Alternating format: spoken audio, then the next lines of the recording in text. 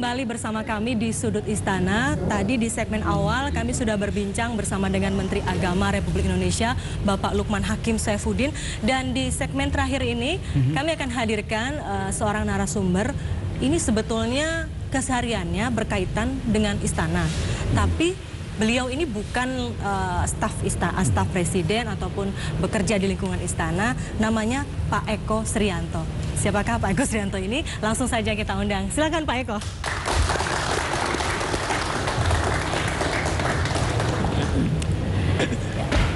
Pak Eko, selamat malam. Terima kasih sudah hadir. Ya. Terima kasih kok. Monggo, Pak Eko. Nah, mungkin banyak yang bertanya-tanya karena tadi di awal kan saya sebutkan Pak Eko ini bukan staf presiden, juga bukan bekerja di lingkungan istana, tapi kesehariannya itu ternyata juga cukup dekat dengan istana. Dan mungkin bisa cerita sendiri deh Pak Eko. Pak Eko ini sehari-hari profesinya sebagai apa? Saya ini sehari-hari sebagai tukang ayam begitu. Jadi ada pemilik istilah, warung makan gitu ya. Jadi ada istilah ayam itu kalau ketemu kita itu sudah lari. Karena takut disembelih. Jadi kita ini sebulan alhamdulillah kurang lebih 15.000 ekor ayam. 15.000 ekor. Pemilik warung makan yang menyajikan ayam itu kan banyak ya Pak Eko ya. Tapi kalau kemudian kami mengangkat Pak Eko di sini, tentu pasti ada latar belakangnya kan. Gitu. Pak Eko ini katanya juga langganannya adalah orang-orang yang bekerja di istana, termasuk Pak Presiden. Betul begitu Pak? Posisi warungnya sendiri adanya di mana sih Pak? Jadi tempat kita juga di sudut istana di Jalan Juanda Raya nomor 5B. Jadi posisi yang sangat dekat dengan Istana Negara, Mabes Angkatan Darat, Kemendagri, Mahkamah Agung, dan beberapa tempat lain. Jadi betul ya Pak ya, pelanggannya atau yang sering makan di tempat Bapak itu adalah pejabat-pejabat yang berkantor di sana? Amin, alhamdulillah. Masakan andalan apa, Mas Eko? Jadi yang paling ramai di tempat kita ini disebut ayam ancur. Ayam ancur. Kenapa namanya ayam ancur? Ada ceritanya. Jadi awal dulu saya memulai di tahun 2010. Awalnya namanya Rumah Makan Timlo Galagendu. Karena saya biasa disebut di Solo dengan nama Galagendu. Galagendu. Terus kita mulai dengan merajut hubungan. Saya kebetulan walaupun gemuk-gemuk ini suka tenis. Suka tenis. Sehingga ada beberapa pelanggan kita dari Sekretariat Negara. Terus saya diajak bermain di kantor Sekretariat Negara. Disitulah awal mula kamu. Awal mula kenal. Tahun 2011 begitu. Ya. Kenal karena akrab. Kemudian ada salah satu teman yang kemudian mengatakan supaya saya lebih bonafit lagi, lebih berkreasi lagi, lebih punya istilahnya upaya-upaya yang terus-menerus. Dan itu kemudian menjadi pegangan diri saya. Sampai suatu saat sahabat atau teman tenis saya ini mengatakan bahwa supaya saya menyediakan menu untuk Pas Pampres pada saat itu. Dan dia memberikan pesan wanti-wanti bahwa Pas Pampres ini kan prajurit ya, pada umumnya prajurit. Mereka pesan ayam goreng. Tapi namanya pejabat yang memberi pesan kan wanti-wanti, tenan-tenan. Kalau bahasa Indonesianya itu sungguh-sungguh. Sungguh-sungguh. Dia bilang gini, Mas Eko, ini nanti kan pesanan kita untuk Pas Pampres. Maka Mas Eko harus ingat, pertama, ayamnya harus gede-gede. Karena ini prajurit. Iya. Prajurit itu makannya banyak. Iya. Dan nasinya harus banyak juga. Jadi Pak Eko lalu memodifikasi ukuran ayamnya gitu ya untuk memenuhi keinginan konsumen gitu ya. Betul. Konsumennya lebih spesifik lagi Pas Pampres gitu. Pas Pampres. Terus kemudian harus dibumbu banyak-banyak. Jadi harus terasa. Orang Jakarta itu beda dengan orang Solo. Orang Jakarta ini harus nendang katanya. Maka kita bumbu banyak-banyak. Yang kuat. Dari situlah kemudian Pas Pampres ini terutama jatuh hati ya pada menu ayam ancur yang ada di restoran Tapi Bapak. belum hanya sampai begitu. Iya. Jadi yang ketiga pesannya harus lunak. Harus lunak. Iya. Nanti jangan malu-maluin. pas Pampres itu kan dia di istana. Ya. Di istana negara itu dilihat oleh negara-negara lain, pejabat-pejabat negara lain. Jangan membuat malu, isin. Masa nanti kalau ayamnya besar tapi alot, liat gitu. Makan ayam diotot-otot gitu kan. Itu jangan sampai, ayamnya harus lunak. Maka di tengah motivasi itulah Pak, Bu, saya kemudian menanggapi dengan positif dan berupaya untuk melakukan hal tersebut. Sehingga saya pilih cari ayam yang pastinya harganya terjangkau, besar-besar, kita bumbu banyak-banyak, rempah-rempah asli tradisi Indonesia, kita rebus lama-lama. Tapi masalahnya karena merebusnya mungkin terlalu lama dan terngiang-ngiang pesan harus lunak, hancur jadinya. Ketika dibongkar yang paling bawah hancur. Tapi tetap rasanya pasti enak ya Pak. Dan ini saya jadi teringat tadi gini Mas Kusnanto, bicara tadi kan udah cerita soal apa sih menu unggulan dari warungnya Pak Eko ini. Tapi juga saya teringat posisi warung Pak Eko ini yang posisinya ada berdekatan dengan istana. Artinya setiap hari Pak Eko juga melihat tuh di depan mata itu istana gitu ya Pak. Apa yang ada dalam benak Bapak ketika melihat istana Presiden? Ada perbedaan dengan yang dulu atau tidak? Sekarang ada suasananya dari beberapa. Saya ini melihat istana itu sebagai sebuah harapan. Harapan. Jadi saya punya prinsip sebagai seorang wira swasta, bahkan sebagai anak yang mandiri, saya selalu berpikir bahwa negara ini akan mandiri itu kalau rakyatnya mandiri. Jadi saya harus memandirikan diri saya dahulu. Gitu. Tapi secara spesifik harapannya itu seperti apa Pak? Harapan apa untuk perbaikan terutama bagi para pemilik usaha UKM gitu ya, seperti Bapak ini kan ingin mandiri. Tapi kan tentu juga ada cara untuk bisa mencapai ke sana. Harapan-harapannya itu apa? Apakah lebih dimudahkan? Apakah perekonomian lebih baik atau perizinan atau mungkin pinjaman bank lebih lunak atau bagaimana? Jadi kita ini kan sekarang menghadapi masyarakat ekonomi Asia ya. Maka kita harus kemudian pinter-pinter untuk kemudian inovasi, berkreasi, dan kemudian tahu apa yang disuguhkan oleh pesaing kita, terutama pesaing-pesaing dari ASEAN ini. Kalau saya mencermati sebenarnya di bidang makanan, mereka tidak bisa menyajikan banyak menu kok. Selain banyak menu itu akan kemudian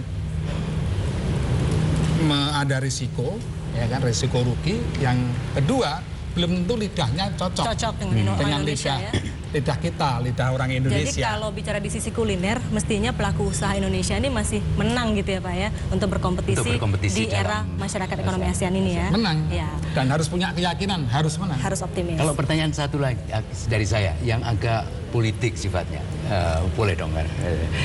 Begini, karena di dalam ungkapan Jawa misalnya, itu kan ada peribahasa yang mengatakan bahwa sak towo-towone lurung, isih towo gurung.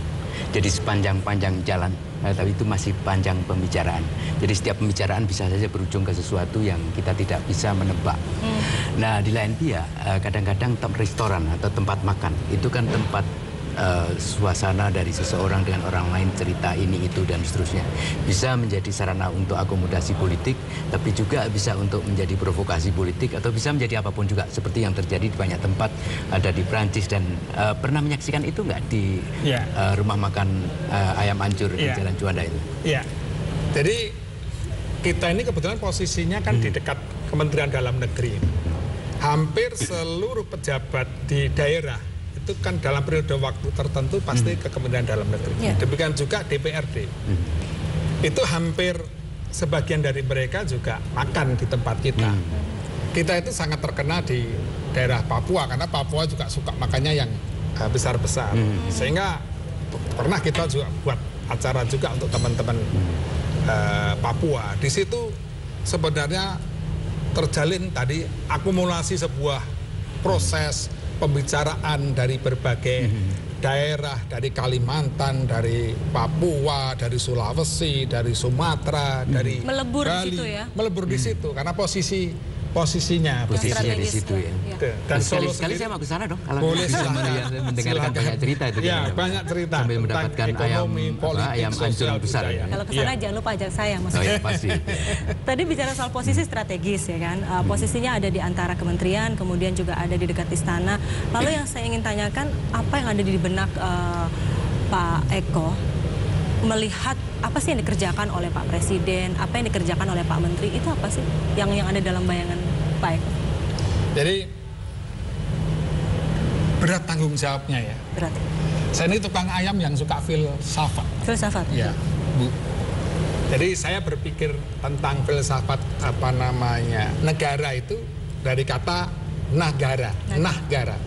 Nah itu berarti keberadaan.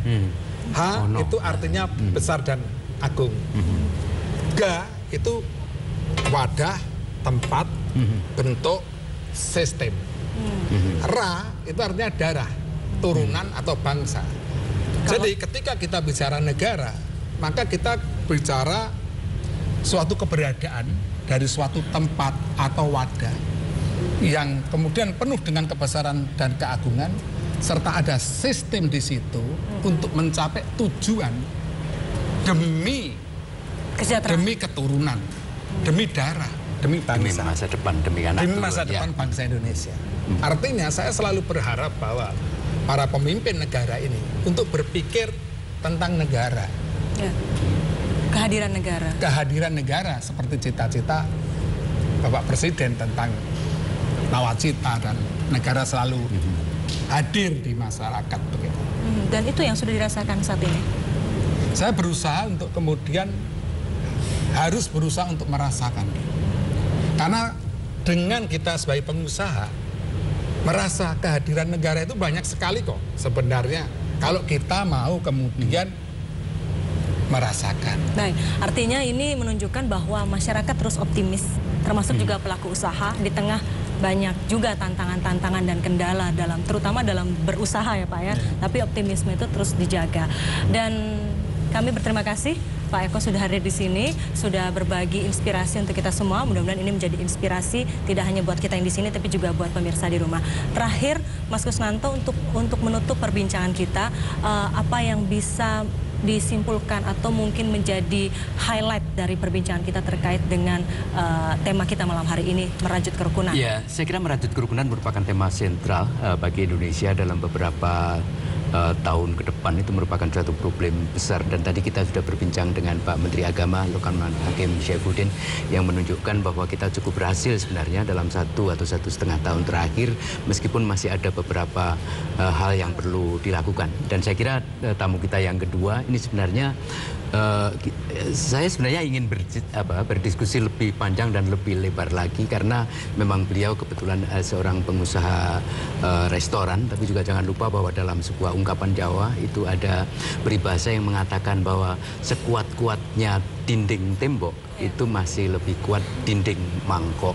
Mangkok itu adalah merupakan metamorfosis dari katakanlah restoran, bahwa silaturahmi, bahwa ketercukupan pangan dan seterusnya sebenarnya merupakan salah satu sendi utama bagi tumbuhnya kerukunan hidup kita sebagai bangsa maupun sebagai negara di Indonesia, saya kira. Baik, Mas Kusnanto, dan juga sekali lagi terima kasih Pak Eko. Sukses juga untuk usahanya dan juga kegiatannya. Sekali lagi terima kasih Pak Eko Srianto. Dan Mas Kusnanto, ini menjadi akhir dari perjumpaan kita malam hari ini di Sudut Istana. Terima kasih Anda sudah bersama kami selama 1 jam ini. Namun tentu saja sebelum kita akhiri, kita akan bergabung kembali bersama dengan Cak Kardi. Cak Kardi, kira-kira ada cerita menarik apa lagi dari balik kunjungan kerja Presiden Jokowi yang ingin dibagikan kepada kita semua di sini? Silakan. Ada, Herdina.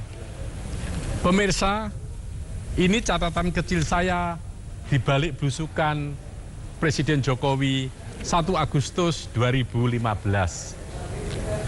Presiden Jokowi selalu antusias dan bersemangat setiap kali kunjungan kerja ke Jawa Timur. Karena Presiden selalu mendapatkan sesuatu yang baru dan lucu. Salah satunya adalah ketika Muktamar NU di Jombang waktu itu. Sebagai ketua panitia, Saifullah Yusuf, Wakil Gubernur Jawa Timur, naik ke atas panggung dan memberikan sambutan. Bapak Presiden, muktamar ini dihadiri oleh hadirin dan hadirat. Hadirin yang ada di dalam ini, hadirat yang di luar, di lapangan. Saya lihat Presiden tertawa, demikian juga pengunjung yang lain. Setelah Gus Ipul memberikan sambutan, Gubernur Jawa Timur naik ke atas panggung. Gubernur mengatakan, Bapak Presiden, kalau tadi Mas Saifullah Yusuf salah-salah kata, mohon dimaafkan. Sebagai wakil gubernur, saya bisa tegur Gus Ipul. Tapi sebagai anggota IGGI, saya tidak bisa apa-apa. Saya membatin IGGI adalah organisasi yang dulu pernah memberikan bantuan ke Indonesia. Sebuah organisasi donor dari Belanda. Ternyata Pak Dekarwo melanjutkan, IGGI itu Bapak Presiden adalah singkatan dari Ikatan Gus-Gus Indonesia. Sekali lagi Presiden tertawa, hadirin juga. Para pemirsa, Gus adalah panggilan untuk darah biru kaum Nahdliyin. Para pemirsa, dari sudut istana ini, dari sudut rumah para pemirsa, dan dari sudut tanah air, jangan pernah lelah mencintai Indonesia.